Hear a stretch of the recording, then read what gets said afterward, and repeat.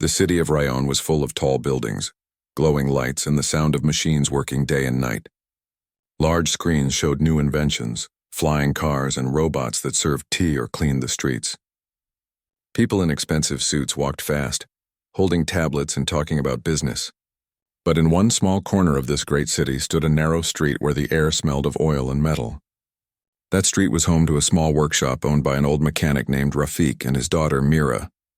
Mira was a young woman with calm eyes and a focused mind. Her hands were rough from years of holding metal tools. While others her age dreamed about city life and fashion, Mira loved fixing broken machines.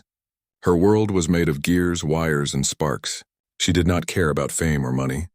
What she loved most was watching a machine come back to life because of her work. Rafik was proud of his daughter, though the world around them never cared about people like them. Every morning he would say, "Work hard and learn something new every day. Machines may be silent, but they teach lessons to those who listen." Mira always smiled and nodded. The workshop was small but filled with energy. Robots, hoverbikes, and drones waited for repair. Customers came with small problems and big complaints, and Mira patiently fixed them. Sometimes she worked for hours without rest. When her father saw her, he would say, "You must rest too, Mira. Machines can run long, but humans need a break." Still, she worked because she dreamed of something greater. Mira believed machines could do more than just serve humans. She wanted to build robots that could repair themselves, survive on dangerous planets, and help build colonies where no human could safely go. At night, when the city lights dimmed, she worked on her secret project in a corner of the workshop. It was a small round drone, no larger than a lunch plate. Its metal shell was scratched and dented, built from leftover parts that other people had thrown away. Mira named it Hope. It could fly, scan damage, and collect pieces to fix itself. Many nights she stayed awake to make it better, soldering circuits and whispering to herself, "One day you will show them what a mechanic's daughter can do." Outside the workshop, people often made fun of her. Some said, "That girl wastes her time. She is not an engineer." Others laughed and added, "She fixes broken bikes and thinks she can build a new future." Mira did not answer them. She knew that arguing would not change their minds. She believed her work would speak for her one day. Her father always reminded her, "Let them talk. You just keep building." One evening, a small flyer floated across the workshop door. It was an announcement for the Rayon Tech exhibition, the biggest event in the city. Every year, inventors, students, and engineers gathered there to show their creations. The winner would get a chance to present their invention to large companies and maybe even get support to build more. Mira read the flyer carefully. For a long time, she stood silently thinking. Rafik looked at her and said, "You want to enter, don't you?" She nodded. "Yes, Baba, I want to show my drone there." Her father smiled gently. "Then do it. You have built it with your own hands. If they cannot see its worth, that is their loss. But you must try." So Mira began preparing her drone for the contest. She cleaned it, painted it silver, and made sure every wire worked perfectly. She packed her small tools and a repair kit just in case. The night before the exhibition, she could not sleep. She sat by the workbench looking at her creation. The city outside was quiet. In the dim light, her face looked determined yet hopeful. The next morning, she dressed in simple clothes, tied her hair back, and left the workshop early. The city was already awake. Air cars flew above her head, and screens showed bright advertisements for the exhibition. When she reached the venue, she was amazed. The hall was huge and filled with shining machines, robotic arms, and large displays. People from rich families and big schools stood near their projects, proudly explaining them to judges. Mira felt small in that crowd. Her drone looked simple compared to the advanced robots made by others. She carried it in her hands carefully, afraid someone might laugh again. But she reminded herself of her father's words and took a deep breath. At her assigned booth, she set up her drone and placed a small sign that read, "Self-repairing drone, created by Mira Rafik." Within minutes, people started walking past her table. Some glanced at her project, then at her simple clothes, and smiled mockingly. One young man said to his friend, "Look, a workshop girl is trying to join scientists now." His friend laughed. "Maybe she will fix our car tires next." Mira ignored them. She checked her drone's systems once more. Everything worked perfectly. When the contest began, judges moved from one table to another. They asked questions, took notes, and smiled at the projects that looked expensive. When they reached Mira's booth, one of the judges, a tall man named Darren, looked surprised. He asked, "You made this yourself?" "Yes," Mira said calmly. He raised an eyebrow. "What is special about it?" "It can detect damage, gather parts, and repair itself or other small robots," she replied. Another judge laughed lightly. "That sounds impossible for a drone this small." Mira pressed a button on her small remote. The drone lifted into the air and hovered smoothly. She picked up a broken robotic arm from under the table, placed it on the stand, and commanded the drone to begin repair mode. The drone scanned the broken arm with a blue light, then flew around, collecting small metal pieces from nearby. With quick, careful movements, it started fixing the arm. The audience, who had been chatting loudly a moment ago, went silent. The drone attached the missing piece, melted it into place, and checked the joint. Then it beeped softly, showing a green light to signal that the repair was complete. For a moment, no one said anything. Then a few people began to clap. Others looked amazed. Even the judges seemed impressed. Taryn leaned closer to the drone and whispered, "How did you make it?" Mira smiled slightly. "By listening to machines." The judges nodded and moved on to the next booth, still talking about her project. Some people who had laughed earlier now looked thoughtful. But Mira did not let pride take over. She simply felt peaceful inside. Hours later, when all presentations ended, the results were announced. Mira stood in the crowd holding her small drone. The first prize went to a team from a famous university. Her name was not called. For a moment she felt disappointed, but then she remembered her goal. She had not come for a trophy. She wanted her idea to be seen. And it had been seen. As people began to leave, Mira packed her drone carefully. She turned to go when a voice from behind said, "Excuse me, Miss Rafiq." She turned around and saw a tall man in a gray suit. His hair was slightly silver and his face calm but kind. He looked different from the judges and students. Behind him stood two assistants holding digital tablets. "Yes?" Mira asked politely. "I am Alan, CEO of Novacore," the man said. "I watched your presentation. Your drone is remarkable." Mira's eyes widened. She had heard of Novacore. It was the biggest robotics company in the city, maybe even the world. She had never imagined meeting its leader. "Thank you, sir," she said softly. Mr. Allen smiled. "Tell me, where did you learn to build like that?" "From my father's workshop," she replied. "We repair machines. I just tried to make one that repairs itself." He nodded slowly, clearly impressed. "That is a powerful idea. You should visit our headquarters. I would like to talk about your work in detail." Mira hesitated. "But I am not an engineer. I don't have a degree." Mr. Allen waved his hand gently. "Talent does not always need a paper to prove itself. Sometimes the best minds come from small workshops." He handed her a digital card with his contact. "Come tomorrow morning. I will be waiting." Before Mira could even thank him properly, he had already walked away with his team. She stood there holding the card tightly. Around her, people were packing up, but she felt as if time had stopped. She looked at her drone and smiled. "Did you hear that, Hope? Maybe this is the beginning." When she returned home that evening, her father was waiting outside the workshop. His hands were stained with oil as usual, and he looked at her with a proud smile. "How was it, Mira?" he asked. She told him everything. The crowd, the laughter, the silence, and finally the man who had offered to meet her. Rafiq listened quietly, his eyes shining. When she finished, he placed his hand on her shoulder and said, "I told you, my daughter. Machines have a way of leading us forward when our hearts are honest. Tomorrow will be a new day for you." That night, Mira could not sleep. The workshop was quiet, but her mind was full of dreams. She thought of all the people who had laughed at her, and of the one man who had seen her worth.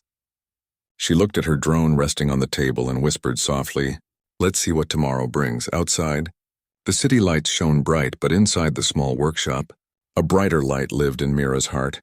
The light of belief that even a mechanic's daughter could change the world with her own hands.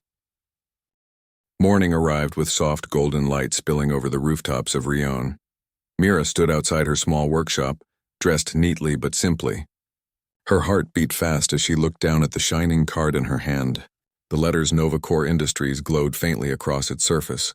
She had checked it many times during the night, half afraid that she had dreamed everything. But it was real. Her father stood beside her, smiling with pride. "You are ready," he said. "Remember, speak with honesty. Let your work talk for you." Mira nodded and took a deep breath. "I will, Baba." She boarded the tram that took her toward the business district.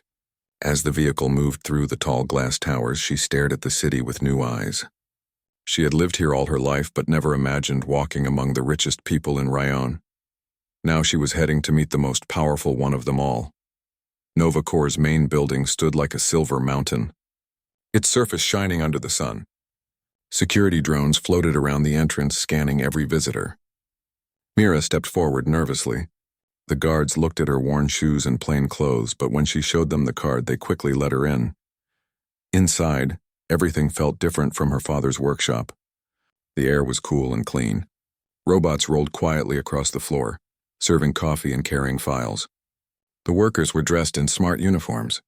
Everyone seemed busy, typing on glowing panels or talking to digital assistants. Mira walked carefully, feeling out of place. But she kept reminding herself that she was here because of her work, not her clothes. After a short wait, a young woman with a friendly smile came to greet her. "You must be Miss Mira Rafik," she said. "Mr. Allen is waiting for you in the top-floor conference room." Mira followed her through long hallways filled with shining glass walls. Behind those walls, she saw laboratories full of machines and robots that looked more advanced than anything she had ever imagined. Engineers discussed designs while screens displayed new technology models. It felt like walking inside a dream. When the elevator doors opened on the top floor, Mira saw a large room with a wide window, showing the whole city below. Mr. Allen stood near the window, looking outside. He turned when she entered and smiled. "Welcome, Miss Rafik," he said warmly. "I'm glad you came." Mira bowed her head slightly. "Thank you for inviting me, sir." "Come sit," he said, pointing to a chair across the table. "I watched your drone work yesterday. That was not a simple creation. You have talent. Tell me, how did you get the idea?" Mira sat carefully and began to explain. She told him how she and her father repaired old machines in their small workshop. She spoke about how she noticed that many machines failed because no one was there to fix them in time. "So I thought," she said slowly, "what if a machine could fix itself or fix others? Then people could explore dangerous places safely." Mr. Allen listened closely. He did not interrupt her once. When she finished, he said, "That idea could change everything. Do you know how many projects like this our company has tried? And yet none of them worked as smoothly as your small drone." Mira was surprised. "But mine is made from scrap parts," he smiled. "Sometimes the best things are built from what others throw away. You have the kind of mind we need here at Novacor." Mira hesitated. "But sir, I am not educated like your engineers. I only learned by working with my father." "That does not matter," said Mr. Allen. "Skill is not always born in classrooms. It is born in hands that work and minds that observe." He leaned forward slightly. "Would you like to work with us? You would help improve your design. You will have a full lab, a team, and every resource you need." Mira's heart raced. The offer sounded like something from a dream. She thought of her father, of the tiny workshop, and of the laughter she had faced for years. Could she really belong in a place like this? "I would be honored," she said softly. Mr. Allen smiled again. "Good. You will begin tomorrow. My assistant will handle everything you need. And please call me Allen. We do not care for too many titles here." As Mira left the building, she felt like she was floating. The city outside looked brighter than before. She hurried home to share the news with her father. When she reached the workshop, Rafik was fixing a broken engine. He looked up as she entered, and his eyes widened when he saw her expression. "He offered you a place, didn't he?" "Yes, Baba," Mira said, unable to hold back her joy. "He wants me to work at Novacor. He said I can build and improve my drone with their help." Rafik set down his tools and hugged her. "I knew it," he said with pride. "I knew your time would come. You will show the world that even a mechanic's daughter can lead the future." That night they had a small meal together and talked for hours about what was coming. Mira promised to visit often and never forget where she began. The next morning she stepped into Novacor not as a visitor, but as part of the team. She was shown to a large laboratory filled with advanced machines, shining tables, and robotic arms. A group of engineers were already working there. When Mira entered, they looked at her curiously. One of them, a tall man with sharp eyes, said, "You must be the new assistant." Mira shook her head. "No, I'm here to develop a self-repairing drone model." The man frowned. "You mean the one from the exhibition? That was yours?" Yes, he looked at his friends and smirked. I see. The famous mechanic's daughter has joined us. A few of them chuckled quietly. Mira felt the same sting she had felt at the contest. She wanted to reply, but she stayed calm and focused. She remembered what her father had said. Let your work speak.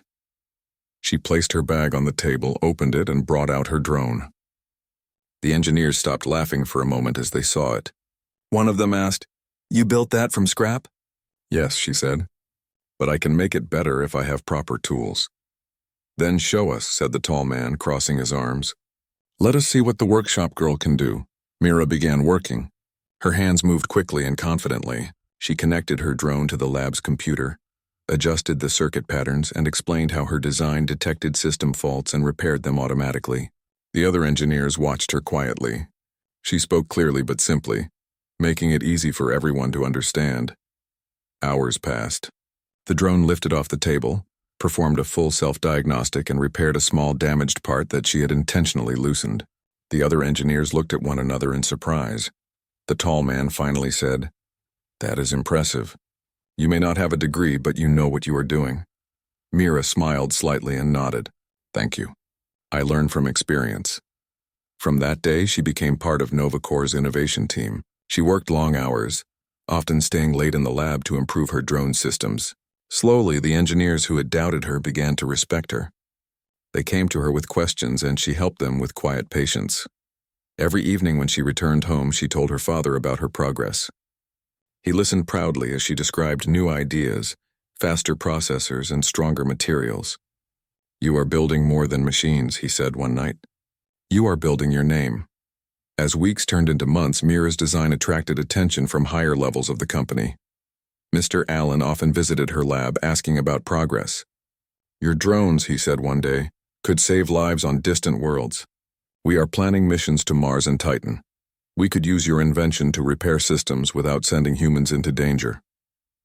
Mira felt a deep sense of purpose. That is exactly why I built it, she said. Her team began to expand. She now had assistants working under her guidance. She taught them with patience, never forgetting how people had treated her at first. She made sure no one felt small in her lab, but not everyone was pleased with her success. Some senior managers whispered that she did not belong there. She has no formal training, they said. She just got lucky. Others were jealous that the CEO personally supported her project. Mira ignored the gossip and focused on her work.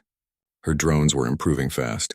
The new versions could not only repair themselves but also assist each other in complex systems. NovaCore began testing them in dangerous areas like reactor chambers and mining stations. Every test proved successful. One evening, Mr. Allen called her to his office again. He looked pleased. You have done in months what others could not do in years. I want to present your work at the Global Tech Forum next month. Are you ready? Mira hesitated. Me, sir? I am not used to speaking in front of so many people. You will do well, he said confidently. They need to see that brilliance does not depend on titles. You represent every worker who ever dreamed big. When she left his office, she felt a mix of excitement and fear. The memory of laughter from the contest still echoed in her mind. But this time, she promised herself it would be different. She returned home that night and told her father the news. Rafiq looked at her proudly. You began in a small workshop. Now the world will listen to you. Never forget who you are. Mira smiled and said, I never will, Baba. She walked outside and looked up at the night sky. The stars shone above the city. She thought of all the dreams that floated beyond them, waiting for humans to reach. Her drone, small but powerful, was her first step toward that dream. And deep inside, she knew this was only the beginning. The morning sun shone brightly over the glass towers of Rion as Mira stood on the balcony of the NovaCore building. From there, she could see the city stretching far and wide, full of movement and life. Flying cars glided smoothly between tall buildings, and digital billboards flashed messages about progress and innovation. Mira smiled quietly. She had once watched this same skyline from her small workshop window, dreaming of being a part of it. Now she was. Weeks had turned into months since she joined NovaCore. Her days were filled with experiments, meetings, and design sessions. The self-repairing drones she had built were now in testing stages at different locations. Each success made her feel more confident, but she never lost her humble attitude. She still spoke gently with everyone, treated the cleaning staff with respect, and often repaired small machines that others ignored. Her coworkers had begun to admire her patience and skill. Even those who had laughed at her before now sought her advice. The tall engineer who had once doubted her, whose name was Aaron, often came to her desk for help. "Your logic systems are better than any formula I have seen," he admitted one day. Mira smiled and said, "Machines understand kindness too. They respond to patience." Aaron looked confused but said nothing more. Despite her growing respect inside the company, Mira's life remained simple. She lived in the same small apartment near her father's workshop. Every evening she visited her father and told him about her day. They would eat dinner together and he would listen with proud eyes. Sometimes he would say, "The world is finally seeing what I have always known." One morning, Mira was called to the top floor of Novacor again. When she entered Mr. Allen's office, she found him standing beside a large digital screen, showing a massive structure in space. It looked like a floating city surrounded by metal towers and glowing lights. "This," said Allen, pointing to the screen, "is the Titan Colony project. Our company is leading it. The goal is to build the first permanent human base on Saturn's moon Titan." Mira stared at the image in awe. "It looks beautiful, sir." "It will be," he said, "if we can complete it. But we are facing a serious problem. The outer shield construction units keep breaking down. The radiation and low temperature damage the repair systems.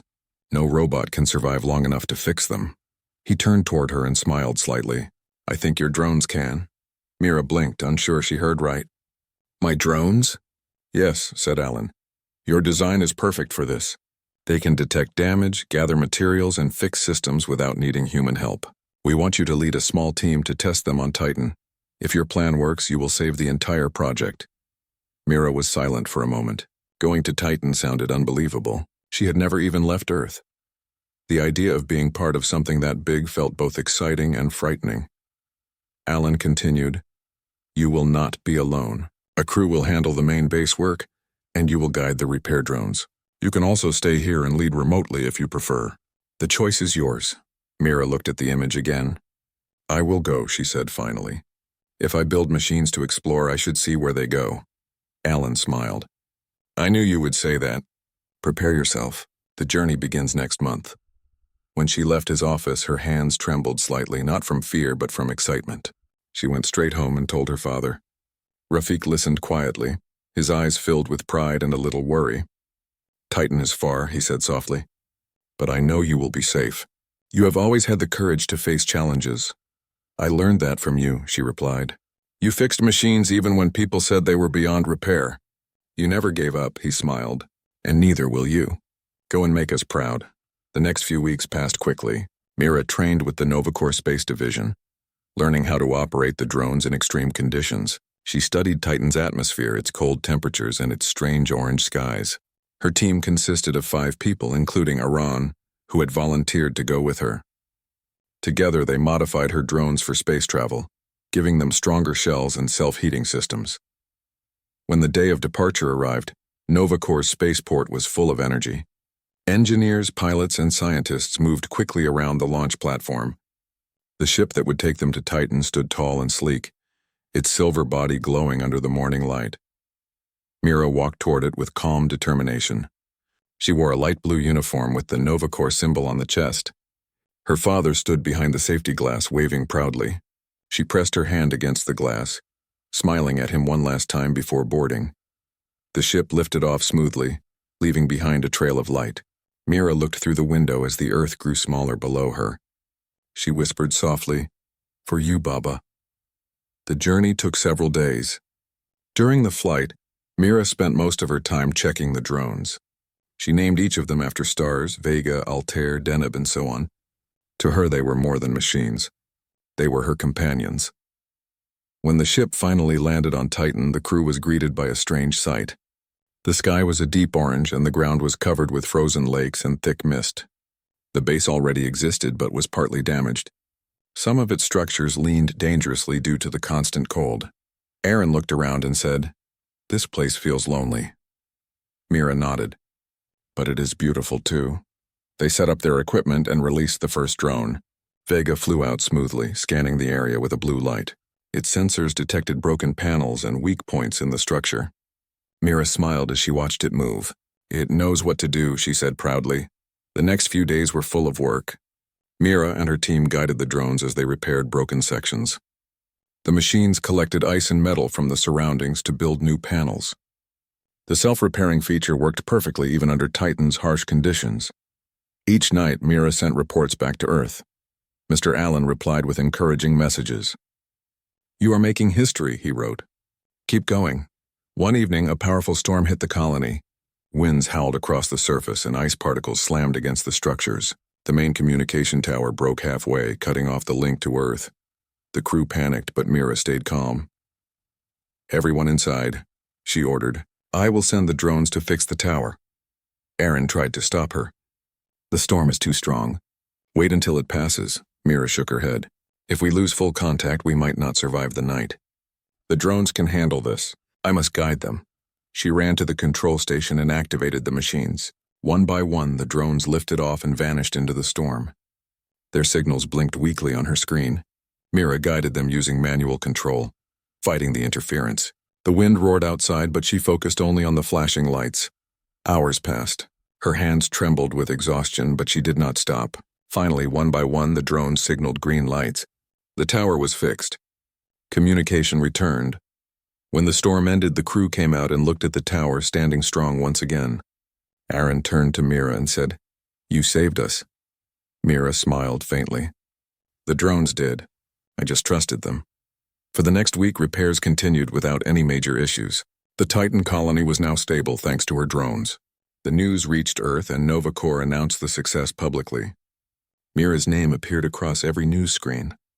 People called her the genius from the workshop. When she returned to Earth months later, crowds gathered at the spaceport to welcome her. Reporters shouted questions, cameras flashed, and NovaCore banners filled the air.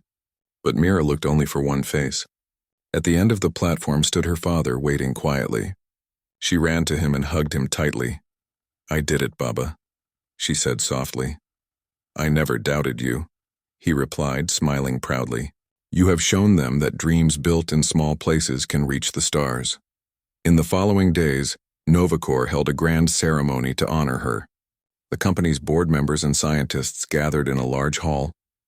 Mr. Allen stepped onto the stage and said, "There are many inventors in the world, but few who work with both mind and heart.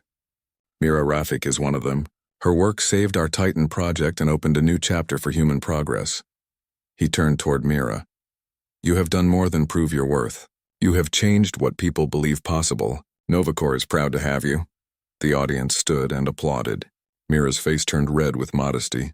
She took the stage and said simply, "I am just a mechanic's daughter who loves machines. My father taught me to fix what others throw away. That lesson built everything I am today." The crowd clapped louder. Even the same people who once laughed at her now looked at her with respect. Later that night, Mira stood alone in the quiet lab. She placed her hand on one of her drones and whispered, "We did it. But this is not the end. There is more to build." Outside, the city lights of Ryan glowed bright, and in the distance the stars shimmered like dreams waiting to be reached. Mira stood in the glass office high above the city. The towers of NovaCore surrounded her like silver spears, their lights glowing softly in the night sky. The hum of the reactors below echoed through the building, a low sound that reminded her of the workshop at home. For a moment, she missed that small place where everything began, but there was no time for memories. Trouble had arrived. NovaCore, the company she had helped build with her inventions, was now in danger. A massive energy reactor on the moon colony of Oris had failed. The system was damaged beyond repair, or so the engineer said. Without it, the colony would freeze and the company would lose its biggest project. People whispered in the halls, afraid of what would happen next. Some blamed Mira for focusing too much on her robot designs instead of the core technology. Others said she was just lucky, not a true leader. Mira listened to them but did not speak. She had faced laughter before. She had learned that when people talked, it was better to keep working. So she stood in the control room, studying the live feed from Oris. The image showed the broken reactor glowing faintly under a dark sky. Robotic teams had tried to fix it, but the radiation levels were too high. Humans could not go near it, and machines failed after a few hours. Her assistant, a calm man named Taryn, came in holding a tablet. His voice was low. "Madam Mira, the board is in a meeting. They are thinking of shutting down the Oris project." Mira looked up. "If they do that, thousands of people will lose power." "We cannot let that happen," Taryn sighed. "They said the cost is too high. No one has a solution." Mira turned back to the screen. The broken reactor flickered again, and she could almost hear it crying for help. She took a deep breath. "Then we will make one." That night, Mira stayed in the lab long after everyone else went home. She walked between rows of metal shells and unfinished drones. The smell of oil and heat filled the air. It reminded her of her father's workshop where everything had started. Her mind went back to those days when she was a young girl, fixing old machines with simple tools. Her father used to say, "Every broken thing has a way to heal. You just have to listen." She smiled softly. Maybe that was what she needed to do now. Listen. She began sketching on the digital board, her fingers moving quickly. The idea was risky but possible. Her self-repairing drones had already proven they could fix small systems on their own. But what if she made a group of them? A swarm that could work together like an army of helpers. Each drone could handle a small part of the repair, and together they could rebuild the whole reactor without any human going near it. She called it Project Phoenix, because it would rise from the ashes of failure. For days she worked without rest. Taryn brought her food and updates from the board, but she barely looked up. The engineers thought she had lost her mind. "No drone can handle that level of heat," one said. "It's impossible," said another. Mira just nodded and kept building. She knew people said the same things about her years ago when she was the mechanic's daughter in a small workshop. By the end of the week, she had a prototype ready. It was a small silver drone shaped like a bird. Its wings were lined with reflective plates to resist radiation. Inside, it carried a smart core that allowed it to learn from other drones in real time. She turned it on and it hovered gently, its sensors glowing blue. "Hello, little one," she whispered. "Let's see if you can do what they think is impossible." The next morning, Mira stood before the NovaCore board. The room was filled with serious faces. Charts and reports glowed on the screens behind them, all showing red lines of failure. The chairman, an older man named Mr. Allen, looked tired. "Mira," he said, "I heard you have a plan, but before you speak, understand that if this fails, the company will not survive." "I understand," she said calmly, "but if we do nothing, it will fail anyway. Let me try." She showed them her plan. A fleet of drones, thousands of them working as one. The swarm would rebuild the reactor, fix the cracks, replace the damaged circuits, and restore power without sending a single human near the danger zone. Some board members whispered in disbelief. One man said, "You want to send toys to fix a reactor?" Mira looked at him. "They laughed at my first machine too. But it worked." Mr. Allen studied her quietly. After a long pause, he nodded. "Prepare your team. You have 3 days." The following days were a storm of movement. Mira and her engineers worked day and night. The factory lines that once made normal bots now produced Phoenix drones. Every hour, more of them filled the hangar, shining silver shapes waiting for their mission. Mira tested each batch herself. She wanted to be sure they were ready. When the day came, the drones were loaded into cargo ships and sent to the moon colony. Mira went with them, wearing a heavy suit. Taryn tried to stop her, but she said, "If I ask my drones to face danger, I should be there too." The journey was long. The colony of Oris looked dark and silent when they arrived. The broken reactor stood at the center, surrounded by cracked metal and glowing dust. Mira took a deep breath and gave the order, "Phoenix units, begin the rebuild." The swarm rose into the air like a wave of light.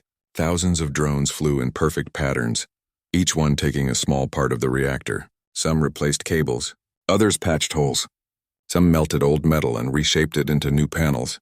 The air buzzed with sound, like a chorus of machines singing. The other engineers watched in silence from the control base. Taryn's voice shook as he said, "It's working." Mira didn't answer. Her eyes were fixed on the main screen. Hours passed. Some drones were lost to heat and pressure, but the swarm adapted. They changed flight paths, repaired each other, and kept going. By the next morning, the reactor lights flickered again. Then, slowly, the core glowed steady blue. Power returned to the colony. The room erupted with cheers. People hugged and shouted, but Mira just smiled quietly. She looked at the screen. where the drones hovered in formation, their mission complete. Back on Earth, Novacore became stronger than ever. The board called an emergency meeting to honor Mira. News networks across the solar system spoke her name. "The mechanic's daughter saves the colonies," one headline said. When Mira entered the main hall, the crowd stood and clapped. The sound filled the room like thunder. Mr. Allen walked toward her with a proud smile. "You saved us all," he said. "Your father would be proud." Mira lowered her head. "He taught me to fix things when others give up. That is all I did." Mr. Allen laughed softly. "And that is why you will lead." "I have decided to retire. Novacore needs someone who builds, not just commands. You are the new chairwoman." The room went silent. For a moment, Mira thought she had heard him wrong. "Me?" she asked. "Yes," he said. "You earned it." Applause broke out again, louder this time. Some of the same people who once doubted her now smiled with respect. Mira stood tall. She did not crave power, but she knew what this moment meant. It was not only for her, but for every person who had ever been told they were too small, too poor, or too simple to dream. That night, Mira walked through the factory floor alone. The machines were quiet now. She stopped beside one of the Phoenix drones resting on a table. Its metal wings reflected the soft lights above. She touched it gently and said, "We did it." She looked out through the window at the stars. Each light out there was a world waiting to be built. There were still many broken things in the universe. Machines, cities, even hearts. But she would keep fixing them. In the silence, she thought of her father again. His voice echoed in her memory. "Keep fixing, keep dreaming." Mira smiled and whispered, "Always." Mira stood on the balcony of Novacore's headquarters, looking over the city of Rion. The lights below flickered softly, reflecting off the glass towers like stars.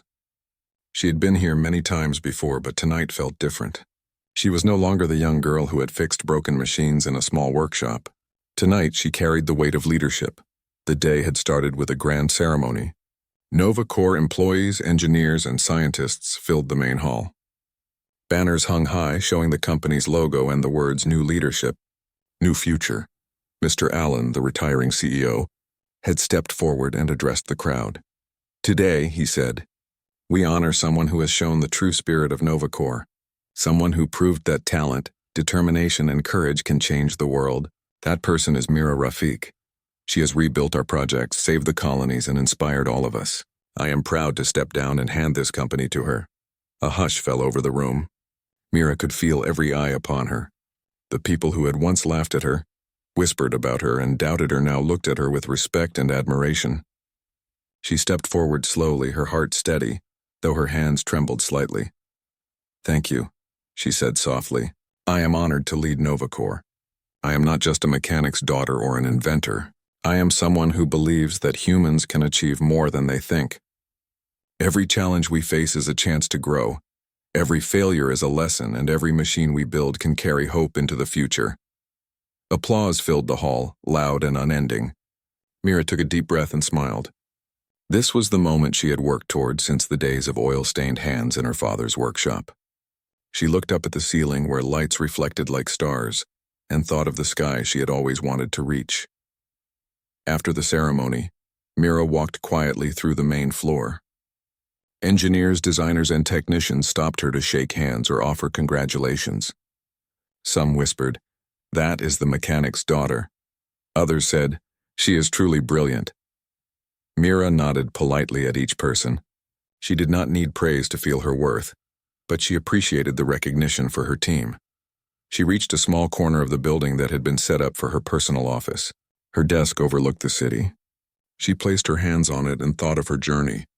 From a tiny workshop to leading the largest robotics company in the solar system, her path had been unexpected and difficult, but it had also been full of learning, growth, and courage. Her thoughts were interrupted by a message on her communication device.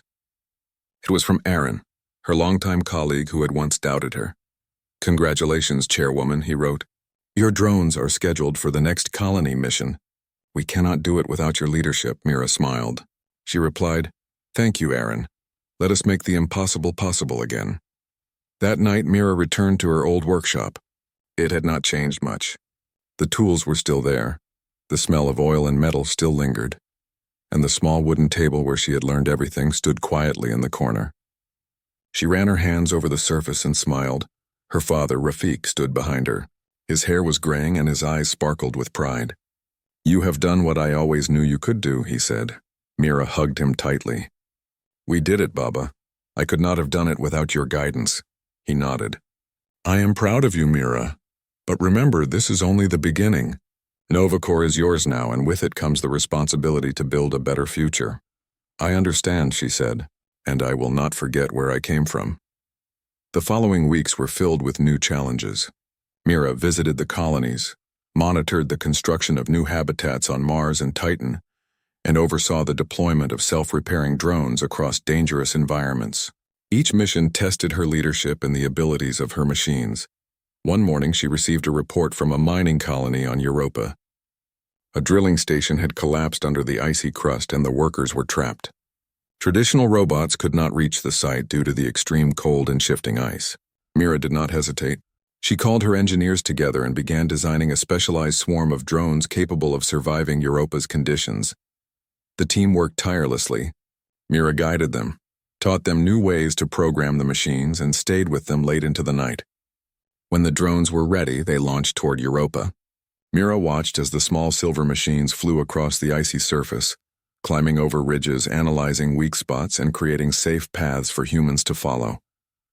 Hours later, the workers were rescued. The colony was stable once more.